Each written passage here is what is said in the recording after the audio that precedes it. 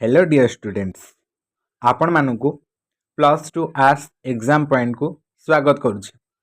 आज आमे plus two history गोटे सिलेक्टेड 8 मार्किया लॉन्ग क्वेश्चन पढ़िबा, जोटा कि हेउछि कलिंग युद्धर कारण और फलाफल। पिला माने एटा 100% प्लस टू बोर्ड परीक्षा आसार चांस रही, कारण ए गोटे प्रश्न परीक्षा रे बारंबार रिपीट होछि। आज आम जो कलिंग युद्धर कारण फलाफल पढ़ा, यहाँ तुम सेकेंड यूनिट आसूची, जोटा कि तुम बोर्ड परीक्षा रे निहाती पड़ो।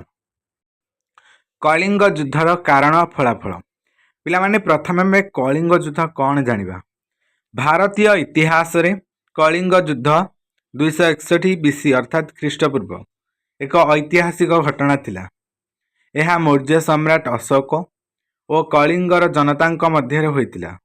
ये कलिंग युद्धटा क्या भितर होता बुझीगला। मौर्य राजा थिले अशोक एवं कलिंग अर्थात ओडिशा पूर्वर ओडिशार नाम थिला कलिंग। ओडिशार जिते सब जनता थिले तांको भितरे दी जनक भितर होइतिला। गोटे पटे रहिथिले कलिंग सम्राट अशोक तांको सैन्यबाहिनी, अन्य पटे रहिथिले ओडिशार जनता बा कलिंगर लोक माने। जदियो यह एक सामरिक संघर्ष, किंतु यार फलाफल केवल राजनैतिक नुहे, व्यापक धार्मिक और सामाजिक परिवर्तन सृष्टि होइतिला। एबे आमे कलिंग युद्धर कारण गुड़िक जानिबा, पॉइंट वाइज पॉइंट जानिबा। तम मान जदि एमती पॉइंट मुझे पॉइंट करके लिखी, जदि तम माने भी एग्जाम रे डिक्टो एमती पॉइंट करके लिखियो, तेबे एग्जामिनर इंप्रेशन बढ़ी कि से भल मार्क तुमको देदेवे हिस्ट्री रे। प्रथम कलिंग युद्धर कारणटी थिला कलिंगर स्वाधीनता। कलिंग मौर्य साम्राज्य रे सम्मिलित होई नथिला, अर्थात कलिंगटा मौर्य राज्य रे मिसी नथिला। चंद्रगुप्त और बिंदुसारଙ୍କ समय भी कलिंग स्वाधीन रहिथिला, अर्थात कहा अधीन रे कलिंग नथिला। द्वितीय कलिंग युद्धर कारणटी थिला भौगोलिक कारण। भौगोलिक कारण कौन? कलिंग समुद्रकूलीय राज्य थिला, अर्थात कलिंग कौन आम ओडिशा ओडिशा समुद्रकूलीय राज्य टिक नहीं, जमती पुरी जगतसिंहपुर बंगोपसागर ओडिशा को लगी कि नहीं, से कलिंग गोटे समुद्रकूलीय राज्य थिला। बंगोपसागरीय व्यापार रे यह थिला शक्तिशाली किए ना कलिंग। अशोक कलिंग को निज नियंत्रण रे आनी दक्षिण पूर्व एशिया सहित वाणिज्य व्यापार उपरे आधिपत्य व अधिकार करने को चाहूले, तेणु से कलिंग सहित युद्ध करने को लगिले।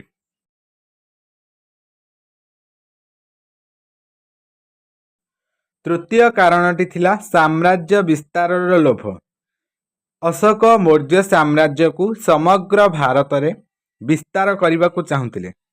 कलिंग स्वाधीन थिबारु सेथिपई युद्ध अनिवार्य हो गला, अर्थात अशोक कलिंग रे निजर मौर्य साम्राज्य को विस्तार करने को चाहिए, जहाँफल से कलिंग युद्ध कले।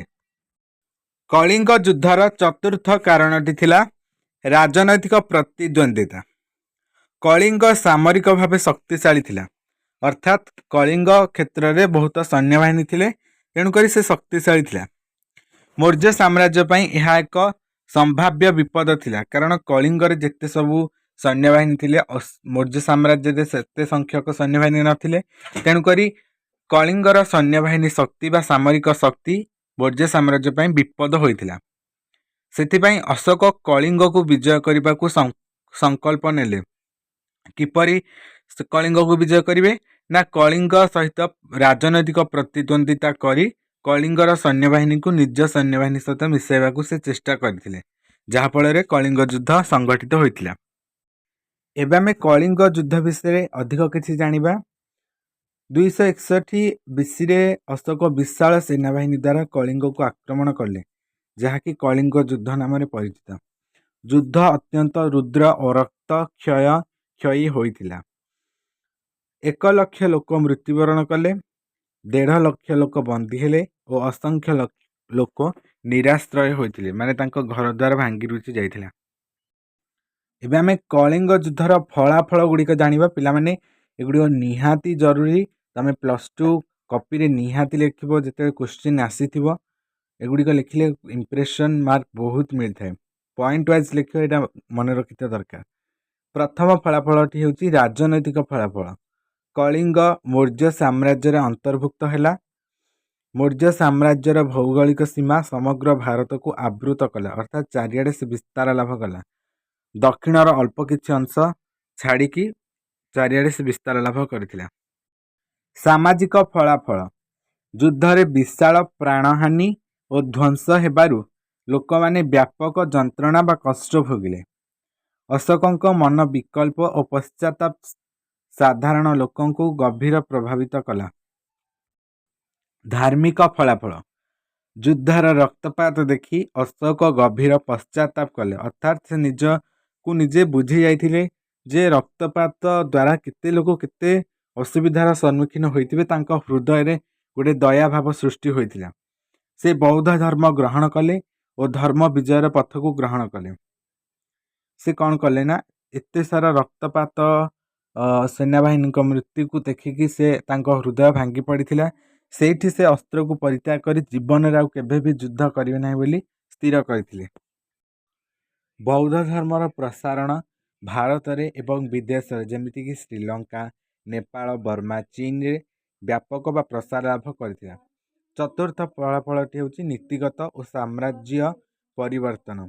अशोक अहिंसा, करुणा, समता, धर्म सहिष्णुतार मूल्यगुड़ी को राजनीति प्रयोग कले अर्थात से यही नीति गुड़ी को अवलंबन करने को लगिले। से धर्माशोक भावे परिचित हेले। सब सरीगला पिला माने एबे आमे कंक्लूजन बा उपसंहार पढ़िबा। कलिंग युद्ध केवल एक साधारण युद्ध नुहे, यह भारतीय इतिहास गुरुत्वपूर्ण अंग। युद्धर रक्तपात अशोक को निर्दय सम्राटरू महान धर्माशोक परिणत कला। कलिंगर हार भारतीय एवं विश्व सभ्यता पई मानवता, मानविकता, अहिंसा, बौद्ध धर्मर प्रसारण रे एक अमर पाठ देगला। पिला माने आशा करुची मोर ए नोट्स टी आपन को भल लागिथिबो। एग्जाम रे जेते बेले भी क्वेश्चन आसीबो आपण निहाती ए नोट को घोषिक लिखिबे। देखिए समस्ते नोट एका थिबो, जदि आपण टिके अलगा लिखिबे तेबे इंप्रेशन मार्क बहुत ही भल रहइबो।